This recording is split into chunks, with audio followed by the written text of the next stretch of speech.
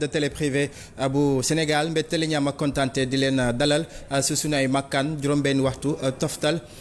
fanweeri simili di waxtu bloc d'information bi nga xam ne rédaction bu 2STV moom leen di daal di jagleel diggante lundi ba jeudi umpale ne nag jamono ji ñu ngi nekk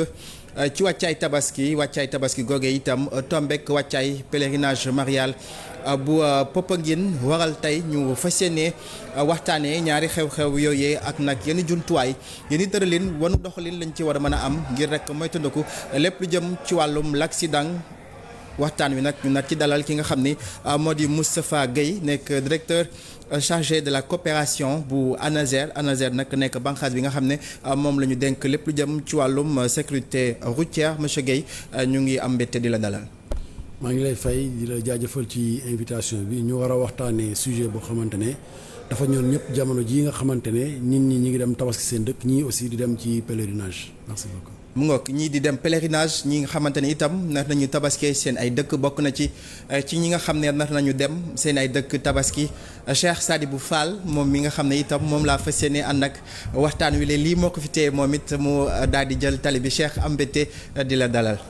jërëjëf Babacar Tambédou amaat mbégte feggoog yow ci li nga xamante ni moom mooy bloc d'information rawatina tey ji ñu war a waxtaane sujet bu am solo ci waxtu bi nga xamante ni sénégalais yu bëri ñu ngi bëgg a wutali fi nga xamante ni moom mooy seen gox bu ñuy passé li nga xamante ni moom mooy la fête de Tabaski mais aussi ñu bañ a fàtte aussi ñi nga xamante ni mooy ñi nekk ci suñu mbokku jàngu bi ñi nga xamante ni aussi ñoom dañoo prévoir wutali fi nga xamante ni moom mooy Popenguine pour amal foofee pèlerinage marial ci daanaka dimanche bi jàpp lundi bi ba samedi bi donc mu nekk mbégte encore une fois amaat gan bu ñuy mel bu xam mbir mi ma yaakaar ne nag vraiment lépp lu nga xamante ni xaar nañ ko ci waxtaan bi dinañ ko mën a gis di nuyu encore une fois suñu mbokk téléspectateurs yi nga xamante ne à chaque fois dañuy teewlu. alors ñu daal di tàmbali waxtaan yi accident yi ci fàttali jamono ji rek am na ñaari accident bu am diggante démb ak tey. bokk na ci benn bi. sunu ay mbokk étudiants yoo nga xam ne jóge woon nañ ci université wala jubal ci diwaanu Kolda daal di def l'accident noonu itam ni ki tey ci yoonu Louga bi itam am na geneen l'accident bu ci daal di am ba ñaari doomu aadama daal di ci ñàkk seen bakkan looloo nag di wani solo sujet bi nga xam ne moom la ñu fas yéene waxtaanee tey gën a ñaax ñi nga xam ne ñoo jël tali bi ñoom itam ñu mën a am ab comportement bu mucc ayib loolee waral itam ñu mën a dem ba fa nga xam ne moo di seen ay kër mën a tabaski ak seen i njaboot ci jàmm Cheikh ñu tàmbali waxtaan bi. tàmbali waxtaan wi ci déjà ay kàddu njaal di jaale ñi nga xamante ni ñàkk nañu seen i mbokk di masawu ñi nga xamante ni aussi am nañu ay gaañu ci diggante maanaam démb ak tey accident yi am bi ci njëkk ci Ngumba Géwul beneen bi mooy ay étudiants yi nga xamante ni dañoo bëggoon wuutali Kolda pour mën fa def li nga xamante ni moom mooy la fête de Tabaski sëñ bi Guèye yàgg nañu def ay stratégie def ay plaidoyer mais jusque là dañu gis ni vraiment effet yi ñu ci xaar wala résultat yi ñu ciy xaar bu ba léegi amaguñu ko pour yow lan moo waral vraiment recrudescence li nga xamante ne moom mooy les accidents de la circulation. waaw di tàmbali fi nga tàmbalee rek di jaale ñi nga xam ne ñoo ci ñàkk seen mbokk mais aussi di appeler à une prise de conscience citoyenne et collective. parce que lëmbee na Sénégal te comme li nga wax dafa nekk mbir moo xamante ne c'est un travail en chaîne. maintenant dans la chaîne de valeur de la gestion de la sécurité routière su amee benn maillon boo xam ne doxul lépp lu ñu mën a teg comme politique publique day échouer te chaîne bi ci doxul mooy bi ci gën a important mooy le facteur humain maanaam la responsabilité de l'individu en tant que tel parce que accident yi ngeen cité yëpp am na ci yoo xamante ne xëy na sax fekk na ma parce que man je viens juste de retour de tournée. mais li ma seetlu ci accident yi mooy survitesse ak benn xeetu euphorie boo xamante ne mi ngi ànd ak dawalkat bi maintenant mënatuñu indexer l'infrastructure parce que on a des autoroutes yoo xamante ne ça répond aux normes te accident yi gën a métti ci autoroute bi la amee. mais aussi on a des véhicules yoo xamante ne actuellement gis nañu le parc est en train de se rajeunir même su fekkente ne vitesse yi xaw na yéex donc troisième paramètre bi mooy le facteur humain et c'est ça le problème en fait on a tendance à voyager avec une certaine euphorie avec une certaine agressivité sur la route et c'est ce qui cause souvent ces drames là parce que genre accident yi am yëpp mënuñ cee génne la responsabilité humaine et je pense que loolu pour man ci ñun la ñun ñoo war a ñëwaat xam ne quelle que soit la pertinence des politiques publiques que l'État mettra en place si le Sénégalais ne se comporte pas comme il faut sur nos routes eh bien il y aura des problèmes parce que nag on ne peut pas mettre un gendarme ou un policier ou bien un caméra derrière chaque conducteur donc ñoom ñoo war a xam ne ay bakkan la ñu yor ñoom ñoo war a xam ne responsabilité bu lourd moom moo tegu ci seen loxo ñu xam ne bu tukki jotee eh bien il faut que affluence am il faut que embouteillage am donc il faut que retard am ku ci nekk jàpp ne heure bi ma bëgg a yegg mën naa kaa bañ a yegg bu ñu defee noonu yaakaar naa dinañ régler une partie du problème. mais monsieur Guèye tey bu ñu xoolee Cheikh wax na ko chaque fois bu ñu nekkee ci situation bi bu ñu dee moo xam sax tabaski korité moo xam màggal ak Popenguine accident yi day am mais li ñu seetlu mooy tey peut-être ñenn ci pàcc transport en commun bi rek ci loolu lañ koy nemmeeku mais à chaque fois ñu ci mel ni Dakar Dem Dikk aussi dañ leen di gis léeg-léeg ñu taxaw mais ñoom mën ñu dem ba ñëw te duñu dégg benn accident. waaw loolu dafay firnde ne que on peut le faire en dehors de Dakar Dem Dikk société yi di def transport touristique ñi ngi fi depuis 1960 mosu leen dégg ñu accidenté Dakar Dem Dikk cité nga ko léegi nii ils font tous les destinations yi nga xamante ne yeneen bus yi dañ koy def et pourtant ils font pas d'accident. rarement ils sont. lan mooy différence entre chauffeurs yi ak ñoom. différence bi mën na am ñaari facteur premier facteur bi mi ngi nekk ci traitement social bi nga xamante ne moom moo nekk ci ginnaaw liggéeykat yi parce que liggéeykat Dakar Dem Dikk quoi qu'on puisse dire am na benn traitement social boo xamante ne am na ko ba moom buy dawal xëy na xelam dal na am na loo xamante ne warloo naag digganteem ak liggéeykatam xëy na defal nañ ko ka nekk ca bus horaire ba xëy na mi ngi liggéey amul contrat de travail amul protection sociale maanaam moom bu feebaree sax wala mu xaw a kii bu wàccee bisu ñu remplacer ko bu ñëwee mën naa ñàkk place am kooku il est obligé de faire des surperformances pour mën a bañ a ñàkk liggéeyam donc loolu pesanteurs sociaux yooyu mën na nekk ay facteurs de risque pour le conducteur qu'ils sont. deuxième bi mooy l'encadrement yaa tudd léegi Dakar Dem Dikk c'est une société boo xamante ne ñoom bu ñu lay recruter dañ la naan ñun xam nañ ne mën nga dawal parce que yaa ngi permis de transporter daan nga dawal mais ñun dañoo am une politique de transport mooy suñuy bus quelle que soit la destination bi ngay dem doo dépasser 70 km/h vitesse de consigne la ba noppi am ay régulateurs am ay contrôleurs yoo xamante ne ñoo nekk ci circuit bi di saytu ndax li ñu sant seeni dawalkat ña ngi koy def ku wàcc yoon ñu sanctionné la sanction boo xamante ne bu ko keneen déggee ça va lui passer l'envie loolu bu amoon ci sur le système de transport classique bi nga xamante ne ñeneen ñoo koy gérer muy les acteurs privés yaakaar naa dinañ mën a atteindre objectif yi nga xamante ne Dakar Dem Dikk ak yeneen société de transport privé yi ñu ngi koy atteindre mais pour le moment amaguñu maîtrise boobu noonu parce que secteur la boo xamante ne ça reste à être organisé l'État fait des efforts mais des na ay jéego et yaakaar naa buñ ci yeggee dinañu noppee jooy li ñuy jooy nii tey. alors wax nga ko Dakar Dem Dikk am na ay jéego yoo xamante ne wala ay règles yu mu tëral yéen ANASER seen rôle déjà ci wàllu yi parce que naam Dakar Dem Dikk dafa nekk structure boo xam dafa dépendre ci état bi yéen ban taxawaay ngeen am ba def ko à ce que ñi nga xamante ni dañoo nekk ci yeneen secteurs yi maanaam ñi ngi nekk dans yor horaire rek yooyu. ñu fexe ba au moins balaa nit ki di toog mën a nekk le chauffeur. mu am déjà benn responsabilité ak benn responsabilisation boo xam dugal nañ ko benn plaidoyer benn sensibilisation. prise de conscience bu ñu dugal ci moom ban jéego ngeen ci dox yéen. waaw actuellement ANASER mi ngi def ay efforts yu mag a mag a mag dina jafe nag ñu gis ko ndax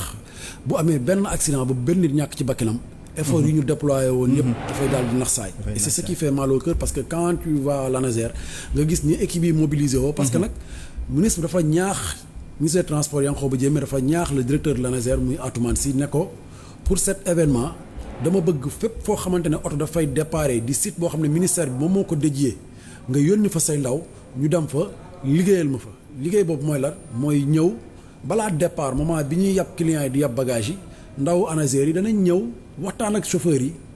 ñaax leen yokk leen duñ leen wax lu ñu xamuloon parce que kuy dawal xëñ na xam nga mais dañuy yokk sensibilisation yokk conseil yi te li ci ëpp ci sensibilisation bu conseil bi ñi ngi ko accès ci vitesse wax leen conséquences yi vitesse mën a jur mais aussi xamal leen ne leen conséquences yi yamu ci parce que daw lu bari taxul nga teel a yegg taxul nga optimiser parce que y a surconsommation de carburant prise de risque euphorie mise en danger yooyu yëpp mi ngi ci mais aussi ñi ngi leen di ñaax ci utilisation téléphone ñi ngi leen di ñaax aussi ci préparation voyage li ñu war a sol li ñu war a lekk ak fatigue bu ñu sonnee nan la ñuy gérer seen temps de fatigue parce que facteur bi gën a dangereux et bi gën a naqaree contrôler ci wàllu sécurité routière mooy la fatigue parce que mooy li doomu aadama di rejeter ñun ñëpp on est dans un déni de fatigue da ngay sonn mais doo ko nangu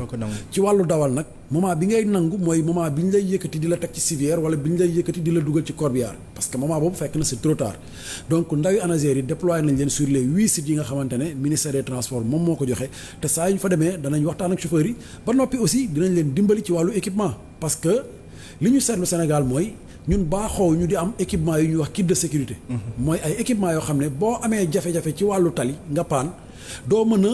doo mën a matérialiser oto bi fi mu paan pour que ñeneen ñi mën laa gis ba accident du am. mais aussi yow sa wàllu bopp. que tout est rend visible moo waral bépp chauffeur boo xam ne nangu nga déglu ndawul ANASER yi ñu dafa yow benn 15 minutes de sensibilisation buñ ci paree dinañ la jox neexal boo xam ne gilet la boo xamante ne boo ko solee foo wàcc ci talib dañ lay gis triangle de présignalisation la boo xam ne boo paanee foo ko teg dinañ xam ne yow paan nga mais aussi extincteur yoo xamante ne bu amee tàkk-tàkk di nga ko mën a utiliser pour mën a maîtriser départ de feu kon loolu ay jéego la yoo xamante ne ANASER mi ngi koy def ci événement bii nii mais yemul ci événement bi parce que bu ngeen xoolee balaa ñuy ñëw ci événement bi le nouveau directeur de l'ANASER bi mu ñëwee lu mu def dafay fekk ci texte yi ñu ne ANASER dafa war a am ay pôle yoo xamante ne moo koy remplacer ci région yi moo koy représenter ci région yi parce que avant amuloon bu événement amaan nit dañ doon jógee Dakar nekk ay agent ANASER di dem fu nekk ci région yi mu ñëw mu fekk fi benn pôle mu doon bu Saint-Louis il s'est rattaché à la vision de l'agenda 2050 daal di créer 7 pôles supplémentaires muy 8 pôles et sur les 8 pôles on est à un taux de remplissage de 5 pôles donc installé na Thiès ce qui veut dire que donc autoroute à péage bi ndaw ANASER ya fa nekkoon pôlu Thiès lañ jógee donc déplacement amul installé na Ziguinchor installé na Kaolack installé na Diourbel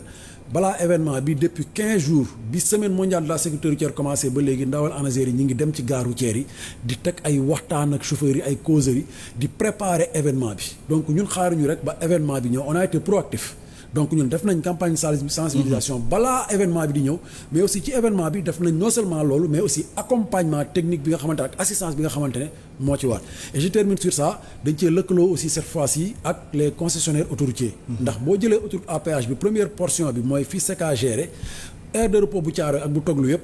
ña ngi fay def ay vérification gratuite yoo xam ne ñoom ñoo koy def ak yenn mécaniciens yi ñun aussi ñi ngi ñëw ci wàllu wi ki ñuy vérifier otoom ci diggante bi ñun dinañ ñëw waxtaan ak moom ñaax ko pour delloo si xelam ba ci usager yi xamal leen en tant que passager am nga responsabilité bu oto bi di daw loo xam ne jaaduwul nga bàyyiloo xel chauffeur bi bu fekkente ne dafa dëgër bopp bu ñu yeggee ci point de contrôle nga xamal alkaati bi ne ko nag kii mi ngi yegg ci comportement boo xamante ne mën na indi accident bu ñu jëlee deuxième portion bi aussi mooy fi CGA garé là aussi ñi ngi fa di contribuer donc loolu ay efforts yu immense yoo xam ne ANASER mi ngi koy déployer malgré que accident am na ci loolu ba léegi ren dafa yemook ñaari xew-xew mu nekk tabaski ak Popenguine donc tey loolu ndax waajoon ngeen ko ak naka ngeen ciy doxalee jamono ji waaw ci prévision yi xamoon nañ ne tabaski bi parce que dañu am lu ñuy wax PTA mooy plan de travail annuel maanaam bu at mi commencé la ñuy tàmbali teg suñu tableau de bord ñu ne ñaata événement ñoo fi am yoo xam ne dafay emmagasiner ay déplacement de masse ñu xool nan la ñuy def ba liggéey ci tableau de bord boobu ci la directeur Atoumane gis ne déploiement bi c'est une nécessité parce que xëy na tabaski li ñuy gis mooy nit di jóge Dakar di dem mais am na ñuy jóge ci yeneen région di dem ci yeneen région moo tax ñu accélérer déploiement bi et cette fois-ci ni ñu amee coïncidence entre tabaski ak Popenguine bi moo waral ñu mobiliser les équipes de l'ANASER yi nga xamante ne ñoom ñoo nekk ci zone yi nga xam ne ñoom ñoo jege Popenguine ak tabaski pour faire une sensibilisation sur tronc commun maanaam xooluñu ndax tabaski la wala Popenguine la dañu def benn période de sensibilisation boo xamante ne comme ni ko ministère des transports Yankhoba Diémé digalee J-3 ba J+3 suñuy ndaw ñi ngi ci gare routière yi ñi ngi ci point de départ yi nga xamante ne ministre bi digle na ko di fa def liggéey bi nga xamante ne moom mooy sensibiliser rappeler chauffeurs yi à leur responsabilité mais aussi apporter une assistance technique en cas de panne mais aussi en cas de détresse pour les usagers yi nga xamante ne ñooy jëfandikoo tali wax nga sànq ci li nga xamante ne moom mooy autorité yi est-ce que aujourd'hui yéen a ngi prévoir maanaam ay dem campagne de sensibilisation taxaw conscientiser ñi nga xamante ne dañoo nekk ci yenn garage yi parce que Sénégal dafa bëri ñoo xamante ne dañuy nekk ci yenn garage ay horaires ñoo fa nekk est-ce que da ngeen di dox ay jéego dem ci ñooñu parce que aussi ñooñu pratiquement boo xoolee ñoom ñooy nombre bi ëpp solo par rapport ak ñeneen ñi nga xamante ne ñoo nekk dans le secteur. waaw boo xoolee tey ñi ngi ci suma juumul le 5 juin. Depuis le 15 mai ba léegi Thiès Saint-Louis Diourbel Louga Kaolack gare routière bu ngeen fa dem di ngeen fa fekk ay ndawi ANASER chaque jour ñu xëy fa di def lu ñuy wax ay campagne de sensibilisation et de prévention yoo xam ne dañ leen doon xamal ne leen dans 10 jours am na événement yu ñëw yow dawalkat bi dama nga saytu ji sa oto xool ndax sa système de freinage baax na xool ndax sa pneumatique baax na mais aussi ne la tey jii boo nekkee ci yoon lii mooy kit de sécurité bi nga xamante ne ñun baaxee nañ la ko pour mu nga koy mën a jëfandikoo loolu ANASER mi ngi si bien avant l'événement et on va le continuer parce que ñun suñu matière mooy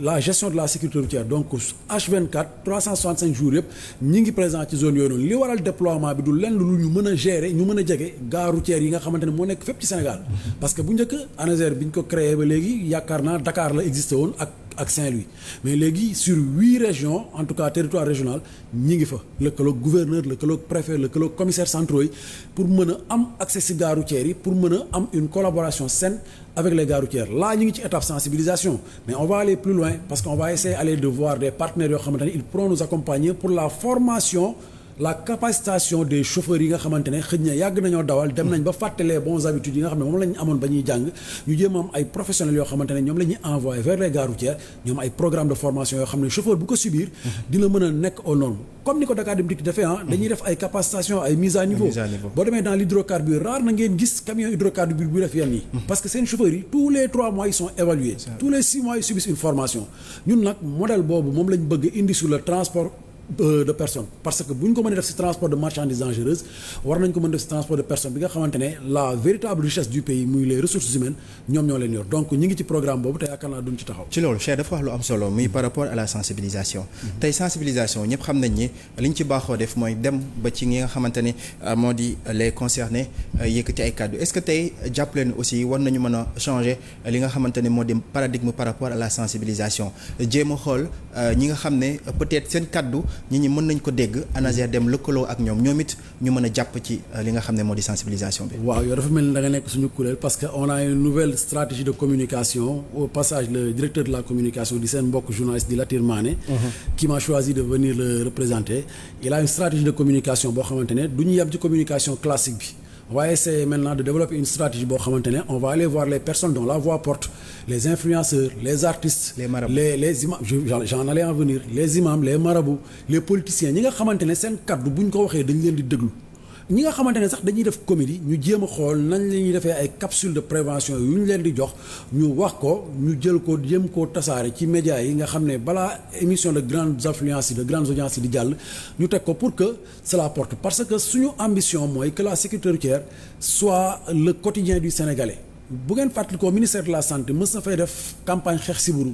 rappeurs yi di ko way ainsi de suite ku nekk di wax moo waral siburu bëreetul léegi da nga koy dégg rarement et pourtant ñu da leen doon dal ñoom ñoo conscientiser nit ñi ci naan yenn garab yi ci utiliser moustiquaire et tout ça donc ñun stratégie boobu lañ bëgg jël là on est en train d'élaborer cette stratégie de communication seulement on a été rattrapé par les événements gàmmu gi tabaski bi ak Popenguine bi et plus tard gàmmu gi dans un mois parce que duñu xaar ba mu ñëw màggal gi autant pour moi donc ñi ngi ciy liggéey te yaakaar naa bés bu ñu ko yàkkee di ngeen un nouveau visage de l'ANASER et une nouvelle stratégie de communication boo xamante ne ça va porter ses fruits parce que nag on s'est rendu compte que maintenant la communication il a changé na léegi xam nañ ne maintenant la communication ne se limite pas seulement aux médias classiques il y a les réseaux sociaux mais aussi il y a les influenceurs man quand je parle d'influenceurs c'est pas seulement ñi ñu catégoriser comme influenceurs imaam yi ci seen xutba bëgg nañ ñu ciy waxtaan mais aussi politiciens yi ci seeni prêche ak seeni militants ñu ciy waxtaan comédiens yi ci seeni scène artistique ñu ciy wax artistes yi ci seeni way ñu ko ciy dugal niñ ko defee woon ci Covid bi ñun loolu lañ bëgg indiwaat te yaakaar naa on va se donner les moyens de le faire ndax ministre bi jox nañu confiance muy Yankhoba Diémé dooleel nañu et le DG Atoumane Sy aussi a instruit à toutes ses équipes de se mettre au travail et véritablement d'essayer d'atteindre ces objectifs là et je crois qu'on va les atteindre inchallah. déjà ci kaw tali bi bu nekkee da nga jógee Dakar war a dem ci beneen région ni ñu seetlu mooy bëriwul ay visuels yoo xamante ni ANASER da koy teg pour vraiment remettre à la raison ki nga xamante ne moom mu ngi dawal supposons muy def Dakar Saint-Louis lan moo tax on n'a pas senti vraiment votre présence ci cadre am ay visuels yoo xamante ni parfois ku ko lire wala ku ko xool mën ko delluwaat à la raison lan moo tax ANASER vraiment misé wu ci loolu. waaw parce que boobu c'est un rôle indirect lañ ciy jouer c'est-à-dire ANASER am na division audit et conformité maanaam bu ñu defaree tali AGEROUTE bu defaree tali ba noppi ba équipé ko ba lépp taxaw ANASER am na direction boo xamante ne moom mooy ñëw ay experts lañ ay spécialistes yoo xamante ne seen xam-xam dafa màcc ci wàllu confection route ñoom ñoo ñëw xool ndax tali bi présenté wul benn défectuosité ndax amul ay points de danger ndax est-ce que la signalisation elle est normale bu ñu paree ils font des rapports yooyu noonu ñu jébbal ko kuréel gi nga xam ne ñoom ñoo doon defar muy AGEROUTE léegi nag ñoom ñoo war a indi ay correctifs liggéey boobu ANASER mi ngi ci ñi ngi def rapport yi AGEROUTE tamit ils sont réceptifs aux rapports yi nga xamante ne ANASER mi ngi leen koy transférer seulement dañoo nekk ci dëkk boo xamante ne doole ji bariwul moo tax bu ñu ko commencé fenn balaa muy daj fi ñu ko bëgg yëpp dina xaw a yéex et malheureusement dina indi ay jéeya mais avec cette nouvelle vision des autorités avec cette accélération de la cadence je pense que dinañ ci yegg mais li nga wax c'est une réalité nos routes souvent il manque d'équipement il manque de signalisation on a fait les visites qu'il fallait, on a fait le travail qu'il fallait à travers la direction de l'audit et de la conformité et les rapports ont été rendus à l'AGEROUTE et il va en tenir compte pour mën a indi ay solutions par rapport à ça. Déjà am na benn tronçon bu bees bu ñu ubbi ci autoroute bi gis nañu vraiment est-ce que aujourd'hui dem ngeen fa teg fa ay jéego pour moytandiku yenn l'accident parce que autoroute bu bees ça appelle vraiment yenn chauffeurs yi pour ñu gën a xaabaabal ci wàllum vitesse. waaw ouverture tronçon boobu li ko motivé mooy la vision du ministre Yankhoba Diémé il a voulu vraiment que la fluidité soit de rigueur mais aussi que ñu wàññi congestion yi pour wàññi consommation de carburant pour wàññi temps d'attente yi. Il a demandé à ce que l'AGEROUTE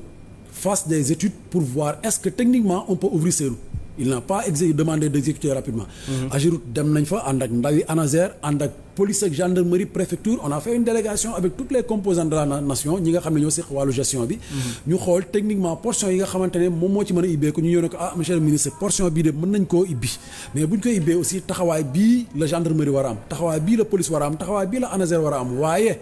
taxawaay bii la usager bi war a am. dama daf si am rôle bu central donc portion boobu danger bi si nekk mooy c'est une route boo xamante ne pare na mais équipé guñ ko maanaam amagul marquage au sol mais aussi ñi koy utiliser ñëpp ils l'utilisent pour la première fois te tali bi gën a dangereux en matière de conduite mooy tali bi nga xamul. parce que tout simplement tu peux avoir des surprises et sur l'autoroute la vitesse au Sénégal c'est 110 km/h. mais cette fois-ci on a donné instruction à ce que les gens ne dépassent pas les 80 km/h parce que tali bu ñu xamul la mais aussi FDS yi ñu ngi fay liggéey bu am solo ndax installé nañu ay serpentins tous les 5-10 km pour ralentir la vitesse comme ils ont l'habitude de le faire lors des déplacements de grande masse mais terewul nit yi ñu ngi daw à des vitesses excessives et là on en appelle à une prise de conscience collective rek ñu xam ne pour ñoom la. et puis dañ ko def pour mën a yokk fluidité bi donc ñu lever le pied pour daw tuuti parce que nag les Sénégalais sont friands de grands excès de vitesse parce que am na ay vitesse yoo xamante ne boo ko dawee ci réew mi buñ ko saytoo ba xam ne lii nga daw normalement yow wartuloo sax dawal ci tali boobu mais aussi oto boobu nga yor sax yoon da koo war a récupérer mettre ko à la disposition de l'État et pourtant tey bu nguur gi jëloon mesures yooyu ñu ne oui c'est des mesures fortes dañ ko war a alléger donc benn instant aussi il faut qu'on sache ce qu'on veut foog ñun ñu discipliner wu nangoo contribuer à l'effort de gestion de la sécurité routière en tant qu'usager pour que après on puisse indexer du doigt ce qui ne va pas parce que l'autorité l'État waaw état bi mi ngi def ay jéego yu mag a mag a mag mais derrière su fekkente ne askan wi nga xam ne ñoom ñooy jëfandikoo oto yi ak askan wi nga xam ne ñooy yéeg ci oto yi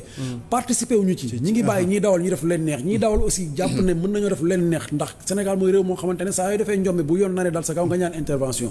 loolu aussi dafay bloquer travail liggéeyu police ak gendarmerie donc ñuy woote ci conscience collective rek ñu xam ne tronçon boobu ñii bi tali bu bees la pareegul dafa mel ni yëre bu ñu ñaw ba pare amul bouton amul fermeture ñu ne la sol ko pour nga génn traverser ñëwaat mais pas nga dem ci liggéey donc buñ koy utiliser nañu xam ne tali bu bees la ñu daw ndànk les 80 km/h yi nga xamante ne moom la ñu précédé bëriwul guddul boo dawee à 80 km/h sur ce tronçon là bu amul fluidité doo fa def 1 heure de temps bu amee fluidité boo fay ñàkk maximum 1 heure de temps la et ça c'est à prévoir parce que déplacement de masse bu amee da nga war a def sa xel ne que dina am embouteillage parce que damaa jóg sama morom jóg ju ñëpp jël benn yoon donc day am ci loolu wax nga ko ci sa biir wax muy par rapport ak sanctions yi parce que tey wax nga ko Sénégal yaakaar naa ku ci dem ba war a yoon war a dal sa kaw nga ñaan dimbal wala ñu ñaan li nga xam ni moo di clémence est-ce que tey ci loo xamante ne day faat bakkan loo xamante ne ay doomu aadama yu ci bëree bëri ñoom ñoo ci ñàkk seen bakkan ba pare nguur gi itam at bu jot ñu ñàkk ci ay milliards yu bëri yu nga xam ne mënoon na dem ci yeneen secteurs yu nga xam ne ay secteurs d'urgence loolu ndax jàppale ne aussi war nañu toll fu nga xam ne tey sanction dafa war a am beneen bi Cheikh wax na ko par rapport li ñuy dugg ci li nga xam ne moo di autoroute aussi bokk na ci trajet yi nga xamante ne léeg-léeg ñu nemmee ko fay accident te bokk na ci li waral accident yi mooy éclairage bi war ci autoroute aussi loolu nekk na défaut est-ce que loolu ANASER moo ci taxaw liggéey ci parce que at yi ñu génn rek gis nañ ci ñi nga xam ne ñoo ci ñàkk seen bakkan effectivement comme ni ma la ko waxee pour ñëw ci wàllu sanction yi pour commencer ci loolu bu ngeen fàttali ko l'ancien ministre des transports El Malick Ndiaye président de l'Assemblée nationale accident am na fi mu toog ne mbir mi ni muy continuer dafa war a dakk te su continuer nii dinañu nangu ay permis dinañu annuler ay permis dinañu suspendre ay permis et les gens l'avaient taxé de dur sur l'homme parce que li mu wax dafa rëy nangam sàngam mais pourtant dëkk yi sécurité routière dox yëpp li ko doxal du lenn lu dul contrôle sanction maanaam saytu ndax tubaab yi ñooñu gën a dëng ñooñu dañuy naan bay lang di dawal dañuy jël ñool yu gën a fort yi ñuy jël di dawal waaye ñoom daf leen leer ne am na ay caméras yu lay surveiller am na ay radar yu lay contrôler te boo defee njombe quel que soit sa statut sanction bi dafay dal te sanction bi du yomb donc pour ñëw ci loolu il faut que usagers yi xam ne Sénégal dafa voté loi bu bees en 2022 muy la loi 22/2022 loi boobu prévoir nañ ci ay sanctions yoo xam ne ñu ngi ko tiré ci code pénal comme le fameux article 307 bis du code pénal muy délit de mise en danger de la vie d'autrui maanaam lépp loo def ci tali te nit mën cee lor wala mu mën cee ñàkk bakkanam jàppal ne amatoo affaire ak code de la route code pénal moom moo lay régler te loolu il suffit que décret d'application bi génn pour mu mën a nekk en application ndax kat état généraux des transports dafa am benn innovation bu mu indi mooy l'harmonisation des acteurs du transport bu njëkk nit day dem tribunal ñu condamné ko pour retirer permis du trafic tribunal téye permis bi décision boobu noonu tribunal du ko jox service bi kooku bu génnee demul duplicata di dawal maintenant on a une harmonisation lépp lu tribunal génne comme décision da koy yónnee tous les services connectés pour exemple ñaari camions yooyu doon jëkkati ba benn camion bi këppu vous avez vu que chauffeur benn bi dañ ko tëj 3 ans de prison ba pare annuler permis maanaam kooku même su génnee dafay dem passé juwaat permis et décision boobu bi ko tribunal rendre daf ko jox ñëpp ñi nga xamante ne ñi ngi ci chaîne de valeur bi donc yooyu noonu mooy des mesures fortes yoo xamante ne il faut que usagers yi xam ko ce n'est pas des menaces mais ça fait partie de la gestion de la sécurité routière c'est comme un état mosu leen gis état boo xam ne amul service de répression la preuve dañ la naan la force légale la violence légale état moo ko moom dans la gestion de la sécurité routière aussi il y a cela il y a la violence légale maanaam nga def loo xamante ne mënoon nga ñoo sànq ñu teg la loo xamante ne boo ci jugee wala ku ko dégg dina la dissuader donc il y a des mesures de dissuasion yoo xamante ne mi ngi ci loi bi te bu soobee yàlla yaakaar naa dinañ ko appliquer. par rapport ak éclairage autoroutier. waaw par rapport ak éclairage il faut ñu nangu que ne autoroute aussi du zone yëpp la ñuy éclairer c'est-à-dire zone yi nga xam ne ne serait-ce que pour la sécurité des usagers zone yi traversé agglomération maanaam autoroute boo xamante ni dafa romb ci biir dëkk zone yooyu selon les normes et ça c'est des normes internationales parce que dafa am référentiel bu tudd ISO 39001 moom mooy liy wax ci lépp luy management de la sécurité routière ci référentiel boobu boo am na article buy wax ne autoroute bu traversé biir dëkk dafa war a am éclairage public maintenant bu fekkente ne c'est en rase campagne hors agglomération warul am éclairage public donc loolu la Sénégal nekk di appliquer mais du ñàkk xarañ wala du dañoo amul ay équipements yu doy loolu mooy explication bi. jërëjëf monsieur Guèye yaakaar naa ne waxtu wi ñu cërale woon jeex na waaye waxtaan wi neex na bëggoon nañ ko wëyal àndati ak Cheikh ba léegi mais loolee ci ponk yi nga xam ne jotuñu ko daal di laal di ngeen ko am ci tubaab ak Cheikh ba léegi ak monsieur Guèye gërëm ko sant ko nis kii suñu rek daal di jubal ci xibaar yi juróom-ñaari waxtu.